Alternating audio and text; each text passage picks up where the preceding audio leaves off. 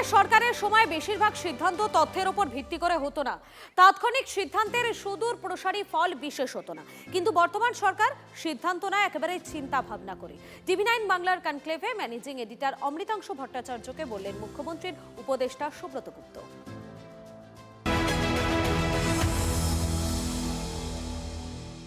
সুব্রত দা, আপনার কাছ থেকে যেটা জানতে খুব ইচ্ছে করছে, কাজের জায়গাটা পরিধিটা কোনো কারণে আপনার জন্য খুব সংকুচিত ছিল, অথবা অত কাজ দরকার ছিল না, কেউ চাননি আর কি, তো সেই জন্য আপনি বাংলা ছেড়ে বাংলার ছেলে হয়ে দিল্লি চলে গেছিলেন। এবার ফিরলেন একদম অন্য ভূমিকায়, সরকারের প্রধান উপদেষ্টা হিসেবে। পরিবর্তনটা কি দেখছেন আপনার চোখে? কি আগের সরকারে যে সমস্যাটা ছিল যে সিদ্ধান্তগুলো তথ্যের ওপর ভিত্তি করে বেশিরভাগ সময় হতো না, মানে হঠাৎ তাৎক্ষণিকভাবে কোনো সিদ্ধান্ত কোনো মিটিংয়ে হয়তো বলে দেওয়া হলো, সেই সিদ্ধান্তর আগে পিছে কিছু চিন্তাভাবনা না করে, এবং তার ফল যে সবসময় ভালো হতো তা নয়। কোনো কোনো ক্ষেত্রে হয়তো ভালো হয়েছে কারণ খুব তড়িৎ গতিতে কাজ হয়েছে, যেটা মানুষ অনেক সময় চায় যে আমার এখানে একটা বাস রুট দরকার, এই জায়গায় কোনো বাস নেই সরকারি, সুতরাং সরকার বাস রুট দিয়ে দিল। কিন্তু দেখা গেল যে সেখান থেকে যা প্যাসেঞ্জার হচ্ছে তাতে বাস চালানোর যে খরচ, সেই খরচ দিতে দিতে সেই কর্পোরেশন আস্তে আস্তে দুর্বল হয়ে পড়ছে। সুতরাং এই সিদ্ধান্তগুলো এরকম তাৎক্ষণিকভাবে নেওয়া যায় না। তো এটা আমার মনে হয় একটা বিরাট পরিবর্তন, যে এই এখনকার যে সরকার তারা বিষয়গুলো চিন্তাভাবনা করে এগিয়ে নিয়ে যাওয়ার চেষ্টা করছেন। আরেকটা বড় যেটা পরিবর্তন সেটা হলো যে মানুষের একটা ধারণা হয়েছিল আগের সরকারের সময় যে আইনের শাসন চলছে না, এবং সেখানে মানে বিভিন্ন বেসরকারি অসরকারি যারা আছেন তারা স্থানীয়ভাবে সিদ্ধান্ত নিচ্ছেন। সেটার ক্ষেত্রে অনেকখানি পরিবর্তন এখন অবধি আমার মনে হয় সবাই দেখতে পাচ্ছেন। কর্মসংস্কৃতির জায়গাটায় খুব সমস্যা আছে বাংলার ক্ষেত্রে আর কি। সেই যে একটা ইনার্শিয়া, একটা জাড্য, সেটা কতটা বদলাতে পারবেন বলে অন্তত ওই মর্নিং শোজ দ্য ডে আপনার কি মনে হচ্ছে? দেখুন, আমাদের মাননীয় মুখ্যমন্ত্রী তিনি অত্যন্ত দ্রুত গতিতে কাজ চান। ওনার যে টিম, তার কাছ থেকেও তিনি আশা করেন যে তাঁরই গতিতে যাতে তারা কাজ করেন। আমরাও সবাই চেষ্টা করছি তার সেইভাবে সঙ্গ দেওয়া, এবং আমার মনে হয় যে পুরো মন্ত্রিসভাই বিভিন্ন উদ্যোগ নিয়ে সেই চেষ্টাই করছেন। আমার মনে হয় যে বেশ কিছু, বিশেষ করে বিউরোক্রেসিতে প্রচুর সংস্কারের প্রয়োজন আছে।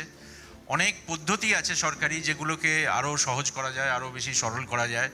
সাধারণ মানুষ যাতে সরকারের সাথে সংস্পর্শ যাতে অনেকটা কমানো যায় সার্ভিসের জন্য, অর্থাৎ ডিজিটাল প্রযুক্তি ব্যবহার করে বা অন্যান্য প্রযুক্তি ব্যবহার করে মানুষের সাথে সরকারের যে সব কিছুর জন্য যে সরকারের কাছে ছুটতে হয়, সেটা যদি অনেকখানি কমিয়ে ফেলা যায় প্রযুক্তি ব্যবহার করে, তাহলে আমরা মানুষকে পরিষেবা দেওয়ার ক্ষেত্রে অনেকটা উন্নতি করতে পারি। কর্মসংস্কৃতির উন্নতি, এটা কিন্তু সময় লাগবে।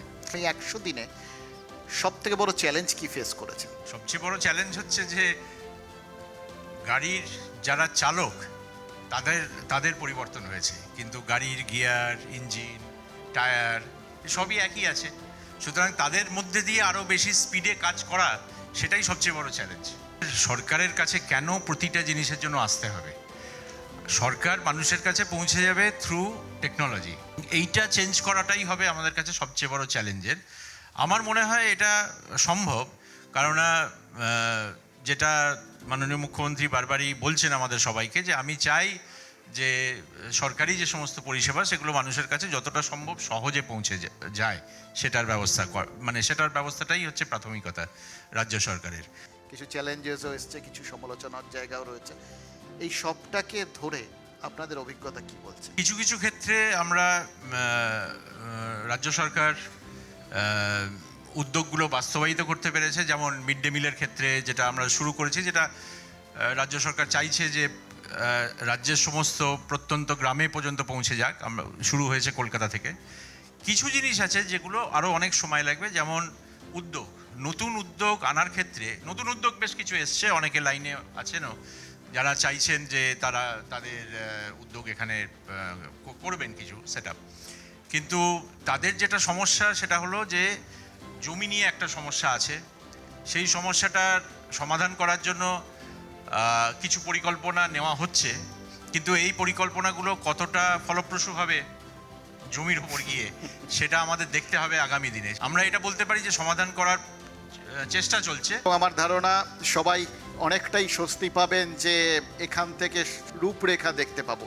আপনাকে অনেক ধন্যবাদ আমাদের সময় দেওয়ার জন্য।